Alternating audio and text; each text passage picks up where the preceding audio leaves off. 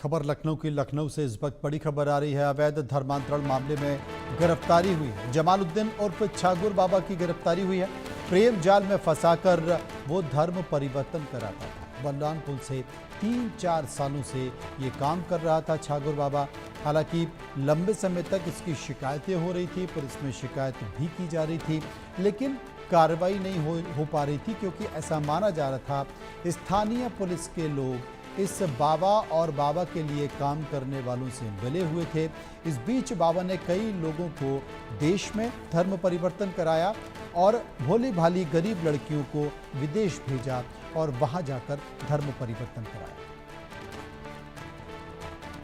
अवैध धर्मांतरण मामले में आज जमालुद्दीन उर्फ छागुर बाबा को गिरफ्तार किया गया है। ADG law and order Amitabh Yeshi हमारे साथ है। सर, कैसी गिरफ्तारी हुई छागुर बाबा की, क्या क्या चीजें बरामद हुई और गिरफ्तारी से पहले क्या तैयारी हुई?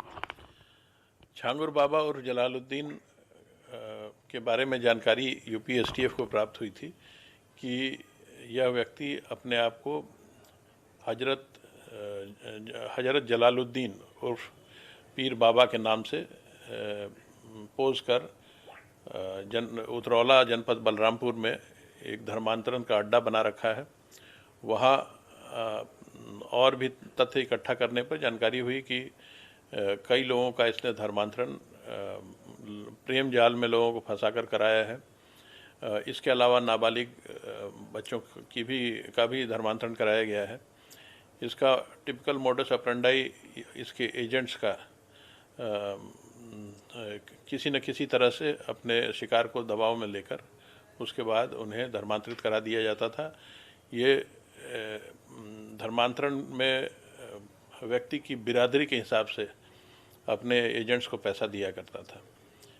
इसके गैंग के 40 से ज़्यादा अकाउंट्स की जानकारी हुई है, जिसमें 100 करोड़ से ज़्यादा रुपए गल्फ़ कंट्रीज से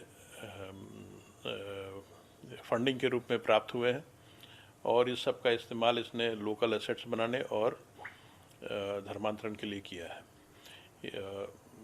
इस पर पूर्व में भी धर्मांतरण के लिए, अवैध धर्मांतरण के लिए मुकदमा कायम हुआ है और इसकी गतिविधियों के बारे में काफ़ी जानकारी प्राप्त करने के बाद सभी एविडेंसेस को इकट्ठा करने के बाद आज छागुर बाबा को गिरफ्तार किया गया है यूपी एटीएस द्वारा। इसके अलावा 3 अन्य अभियुक्त भी गिरफ्तार हैं। सर, आपने कहा कि कई गल्फ कंट्री से इसके कनेक्शन रहे हैं, अकाउंट्स की बात कही, 100 करोड़ आने की बात कही, ये और कहाँ से कनेक्टेड था? पाकिस्तानी कनेक्शन क्या क्या था इसका? किस तरीके से ये काम करता था? वहाँ के किसी एजेंट के रूप में यहाँ काम करता था?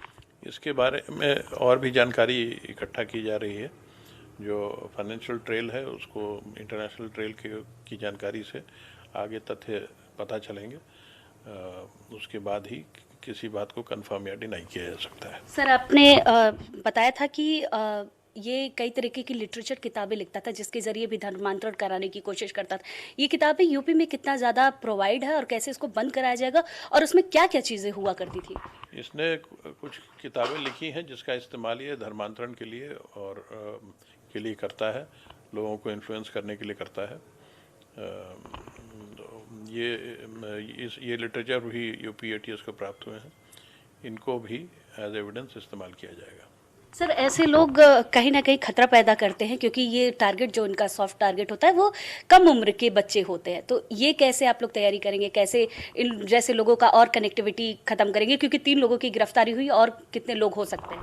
इस प्रकरण में 4 लोगों की गिरफ्तारी हो चुकी है और इस प्रकार के जो नेटवर्क्स हैं उसके बारे में जानकारी करके उन पर लगातार कार्रवाई की जाती रही है, आगे भी कार्रवाई की जाएगी।